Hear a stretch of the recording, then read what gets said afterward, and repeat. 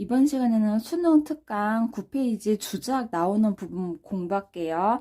1문단 내용 정리해 볼게요. 주자학은 인간, 사회, 자연을 통일적으로 이해한다고 했어요.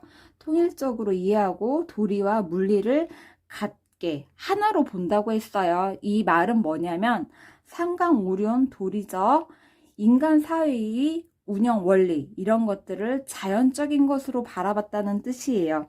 그러니까 이런 도리와 물리를 하나로 바라봤어요. 이 문단에 보면은 경물치지라는 용어가 나와요. 경물치지라는 것은 주자학에서 말하는 학문, 수양의 근거예요.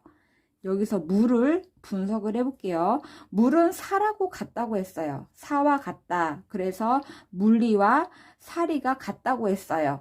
이 물리라는 건 뭐냐? 자연계의 원리, 법칙이 아닙니다. 우리가 알고 있는 자연계의 원리, 법칙이 아니에요. 그럼 뭐냐? 사리로서, 사리와 같다고 했으니까 사리로서 인간 사회의 원리와 자연세계 법칙을 포괄합니다. 자연세계 법칙도 있고요. 인간 사회의 원리도 있어요. 두 개가 같이 있는 거예요. 그 다음 지를 볼게요. 지도 역시 마찬가지예요. 자연과학적 지식도 있고요. 또 뭐가 있냐? 윤리적 규범, 사회 운영 원리를 아는 거예요. 여기서 물과 같이 지 역시 자연과학적 지식이 있고요. 그 다음 이런 인간 사회 원리가 같이 있는 거예요. 경물치지를 요약을 해보자면은 자연 법칙과 도덕 규범을 하나로 본다는 거예요. 이렇게 하나로 이렇게 같이 생각을 했고요.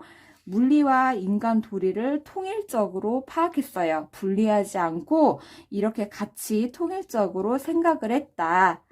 이 문단 내용이었고요. 그 다음 3문단 내용 정리해 볼게요.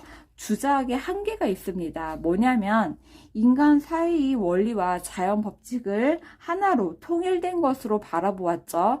그러니까 자연을 제대로 인식하는데 제한적이었어요. 자연을 그 자체로 인식하는데 제한적입니다.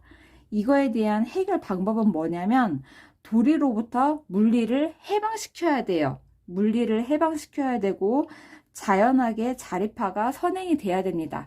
자연학을 이것으로부터 떼내야 돼요. 그래서 자연을 자립적으로 보는데 그런 게 바로 해결 방법이 되는 거예요. 실학의 의의라는 것은 뭐냐? 조선 후기 자연 인식의 변화를 가져왔어요. 그거에 대한 예를 들고 있습니다. 정제두라는 사람은 인간 사회의 그런 운영 원리, 이거를 생이지지라고 보았고 선천적 지식이라고 보았고요.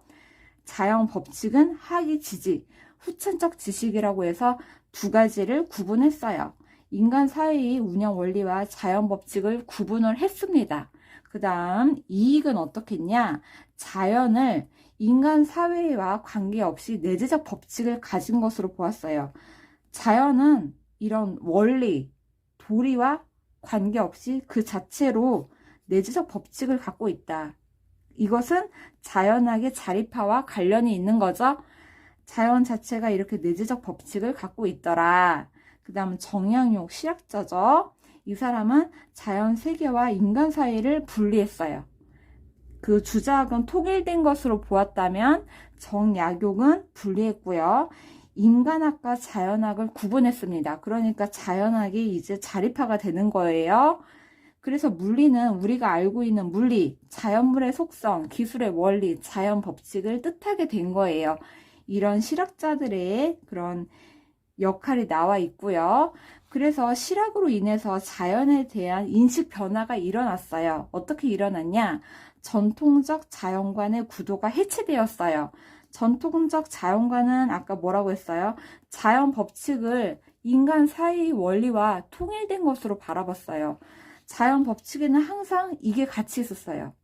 여기도 자연과학에 인간 사회 운영 원리가 함께 이렇게 같이 있었어요. 통일되었는데 이런 실학에서는 이런 구도를 해체하면서 구분을 하고 분리를 했고요. 그 다음 도리와 물리가 분리되었고요. 자연학의 개별성이 확립되었습니다. 여기서 뭐 자연은 그 자체로 내재적 법칙을 갖고 있다고 했죠. 그러면서 이제 자연, 그 과학적 연구의 중요성이 강조되었다는 내용이었어요.